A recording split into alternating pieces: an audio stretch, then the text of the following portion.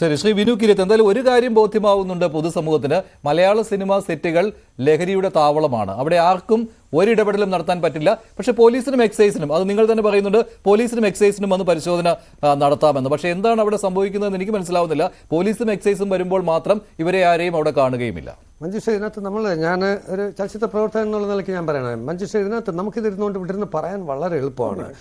ഈ മേക്കപ്പ് മാനെ പുറത്താക്കി എന്ന് പറഞ്ഞില്ലേ, ആ മേക്കപ്പ് മാൻ തിരശ്ശീലയ്ക്ക് പിന്നിൽ നിൽക്കുന്ന ആളാണ്. അയാൾ ജനങ്ങൾ അറിയുന്നില്ല. ഇതല്ലേ ഷൂട്ട് ചെയ്ത് അദ്ദേഹത്തിൻ്റെ എത്രയോ ദിവസത്തെ ഷൂട്ടിംഗ് കഴിഞ്ഞ 2 പടങ്ങളാണ്.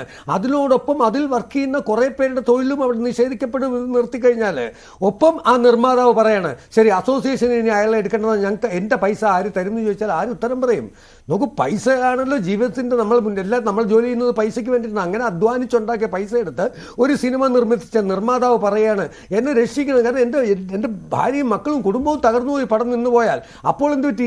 ഈ ഷൈൻ ടോം ചാക്കോയുടെ എത്രയോ രംഗങ്ങൾ സ്ക്രീനിലായി കഴിഞ്ഞാൽ അയാൾ ലഹരി കച്ചവടം നടത്തിയാലും ഒരു കുഴപ്പമില്ല സിനിമ.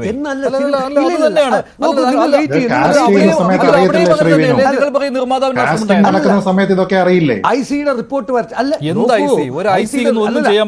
പിന്നെ മറ്റ് സംഘടന പോലെയല്ല. നോക്കൂ, സിനിമയ്ക്ക് ഒരു ഫെഫ്കയ്ക്ക് മാത്രമായിട്ട് ഡിസിഷൻ എടുക്കാൻ പറ്റില്ല. പ്രൊഡ്യൂസർ അസോസിയേഷനുണ്ട്, തിയേറ്ററുകാരുണ്ട്.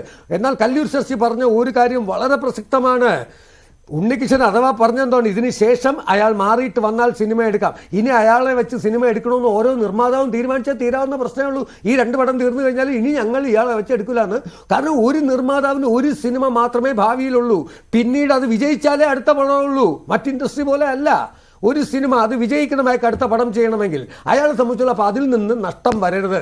മുടക്കിപ്പോയി എന്താ പറയുന്നത്, നമ്മുടെ ഈ സോഡാ കുപ്പിക്കകത്തൊരു ഗോലിയുണ്ട്, അറിയാമല്ലോ, അത് അങ്ങോട്ട് താഴോട്ട് പോയി കഴിഞ്ഞാൽ പിന്നെ അങ്ങോട്ടും ഇങ്ങോട്ടും പോകാൻ പറ്റില്ല. എന്നാൽ താഴോട്ട് പോയാൽ മാത്രമേ അതിനകത്തുള്ള എടുക്കാമില്ല.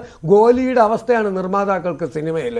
ആ മനുഷ്യൻ തകർന്നു പോവാ. 2 പ്രൊഡ്യൂസേഴ്സ്, പഴയ കോസ്റ്റ് അല്ലല്ലോ സിനിമയ്ക്ക്. നിങ്ങൾക്കറിയില്ല എത്ര കോടികൾ മുടക്കിയ 2 പടങ്ങൾ. അതിനകത്ത് ഈ താരത്തിന് ഇമ്പോർട്ടൻസ് കൊടുത്തുകൊണ്ട് ഷൂട്ട് ചെയ്ത് കഴിഞ്ഞു. അതിനകത്ത് മെയിനായിട്ട് അഭിനയിച്ചവരെ ആരെയും ഇനി മാറ്റി പടം എടുക്കാൻ പറ്റില്ല. ഈ സംഭവങ്ങൾ ഉണ്ടായപ്പോൾ ഒരു കാര്യം പൊതുസമൂഹത്തിന് ബോധ്യമായി. കുറെ കാര്യങ്ങൾ വെളിയിലേക്ക് വന്നല്ലോ. സിനിമാ സെറ്റിൽ ലഹരി ഉപയോഗം നടക്കുന്നുണ്ട്. അത് ഒരാളിലും അല്ല, നിങ്ങളുടെ അടുത്ത് ഒന്നും ചെയ്യാൻ പറ്റില്ലെന്നേ.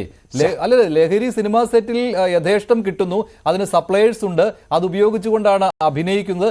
ഇതെല്ലാം പുറത്തു വന്നു കഴിഞ്ഞിരിക്കുകയാണ്. പക്ഷെ ഞങ്ങൾക്കൊന്നും ചെയ്യാൻ സാധിക്കുകയില്ല എന്ന് സിനിമാ സംഘടനകൾ പറയുന്നു. അവിടെ പ്രൊഡ്യൂസേഴ്സ് വിചാരിക്കണം എന്നാണ്. ഈ പ്രൊഡ്യൂസേഴ്സ് അസോസിയേഷന് പോലും അവിടെ റോളില്ല എന്നല്ലേ കഴിഞ്ഞ ദിവസം സുരേഷ് കുമാർ പറയുന്ന കേട്ടിരുന്നു. ഷൈൻ ടോം ചാക്കോ എപ്പിസോഡ് വന്ന സമയത്ത് ഉടൻ തന്നെ നടപടി ഉണ്ടാകുമെന്ന്. പക്ഷേ പ്രൊഡ്യൂസേഴ്സിനും ചെയ്യാൻ പറ്റുന്നില്ല. കംപ്ലൈന്റ് ചെയ്യാൻ ആളില്ല. കംപ്ലൈന്റ് മാറ്റിക്കളഞ്ഞു. ആ കുട്ടി പറഞ്ഞു എനിക്ക് പരാതിയില്ല. പിന്നെ എന്ത് ചെയ്യുമെന്ന് പറയൂ, എനിക്ക് പരാതിയില്ല. ഇവിടെ ഇപ്പോൾ നമുക്കെടുക്കാവുന്ന എന്താണ്, ആ കുട്ടിയെ എന്തെങ്കിലും മാനസികമായി പീഡിപ്പിച്ചിട്ടുണ്ടോ എങ്കിൽ മാത്രമേ അസോസിയേഷൻ, അല്ല ലഹരി ഉപയോഗിച്ചത് അത് പിടിക്കാൻ ഇവിടെ പോലീസ് വേണം, അതിന് തെളിവ് വേണം, ബ്ലഡ് ചെക്ക് ചെയ്ത് അത് വേണം. ഇപ്പോൾ ഒന്നും ഇല്ലാതെ